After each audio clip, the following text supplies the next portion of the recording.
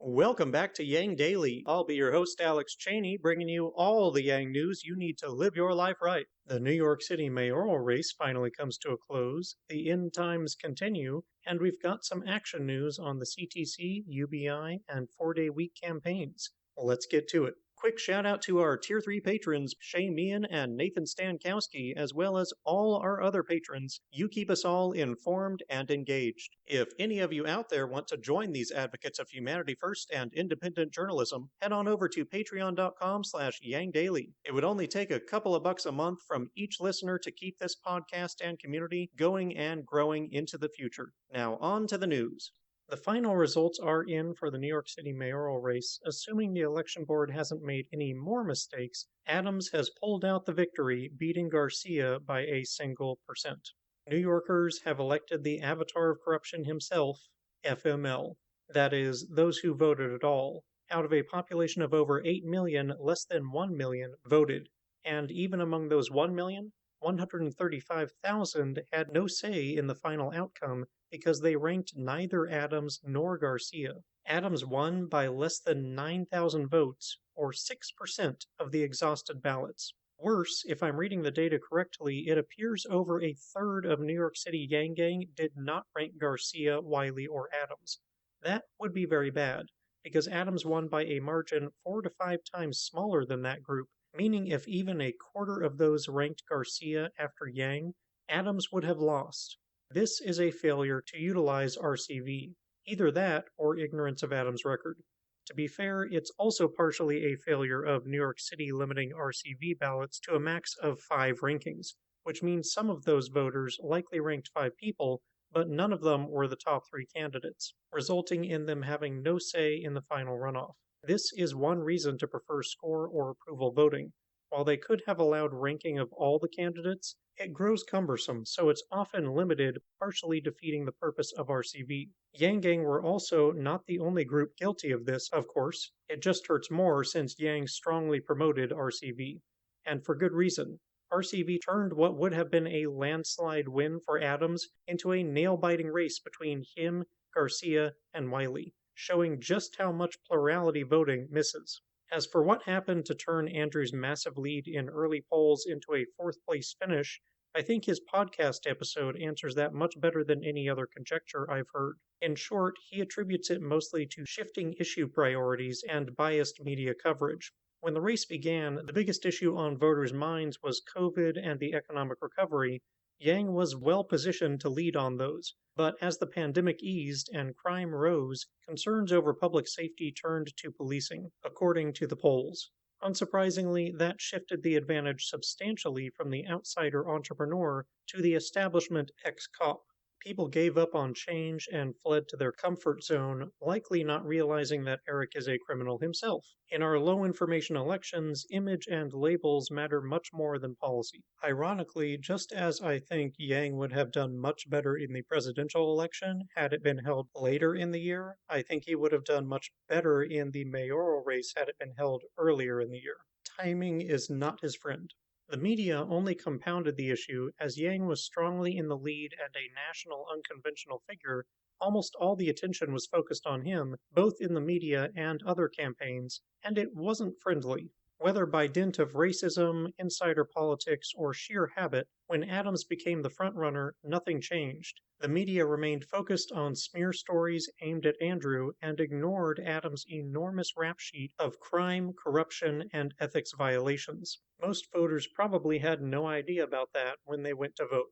As Andrew discussed on the podcast, it also forced him to take on the job that the media was not doing and attack Adams, rather than the positive campaign that he was running prior to that. Adams also had the advantage among registered voters, as the most engaged tend to be those with direct or indirect connections to government and career politicians, like union members or government workers. Those establishment groups don't tend toward outsiders like Yang, and many voters take their cues from them. By contrast, most of the people Yang's platform would best speak to are likely among the non-voting population, who are too busy or disillusioned to cast a vote. There's much more to it than that, but I think those are likely the main causes of this ridiculous swing in the polls, more so than the gaffes that people like to focus on. These fit the data better. Overall, it was another example of how biased our political systems are, why reforms are so vital, and how much difference each vote makes. I highly suggest listening to the Yang Speaks episode for more, but we'll move on for now. Continuing the End Times Daily, the biological bill has come due for the heat wave in Canada. Estimates are that over 1 billion animals died from overheating in the Salish Sea off the coast of Vancouver. This will continue to have ripple effects up the food chain. No part of an ecosystem can be changed without affecting the rest, which is a big element that we humans often forget, especially when thinking casually about climate change, which has already begun triggering mass extinctions of species we have little direct contact with. We're already losing bees, and that alone would be a monumental disaster as an enormous number of plants we depend on rely on bees for pollination. Extinctions will grow much worse and be the source of major food shortages for humanity in the future, which will, in turn, contribute to resource wars. Climate change is not a problem for the planet, it's a problem for humans and most other life on it. Gallup regularly polls Americans on their general sentiment, specifically whether they think they are thriving, and it's currently hitting the highest percentage since it began in 2008. Sentiment hit its low at around 46%, both during the 2008 financial crisis and during the height of the pandemic. Now it's at a high of 59%. While thriving is such a broad term as to be wildly subjective, I think it's safe to say that stimulus checks had a lot to do with that. Stimulus is certainly the only thing I can think of that would be making people better off than before the crisis, aside from cleaning out the White House, and it aligns with the record high economic metrics that we're seeing, though some of the sentiment will simply be a new perspective, with pandemic life fresh in people's minds to compare to. Advocacy org 4-Day Week has put together a petition to encourage employers to try reducing hours without reducing pay. Take a moment to add your name at the link below or visit 4dayweek.com/petition. 10 years after the 2-year basic income pilot in Namibia, we are still getting new data. A follow-up report has just been published, which includes interviews of the recipients explaining the impact the trial had on them. Scott put together a great thread of some of them, which are heavy not only on quality of life improvements, but entrepreneurship. Many of the participants note the importance of not only having startup capital, but of the community having money to spend at businesses. It's a great resource for testimonials. Check it out in the links.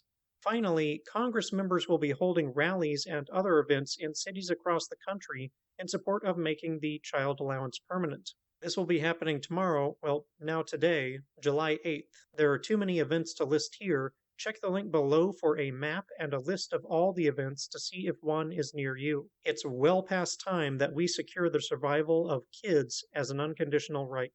And that'll do it for today's Yang Daily. Bookmark and share the Sealife disaster, the sentiment survey, the 4-Day Week petition, the Namibia stories, and the CTC rallies. Flood Congress with calls, tweets, faxes, and letters using the ResistBot or Income Movement Easy Contacts below. If you need help, consult Humanity Forward, the Income Movement Aid Database, the Mission Asset Fund, or United Way, and don't forget to Yang Daily.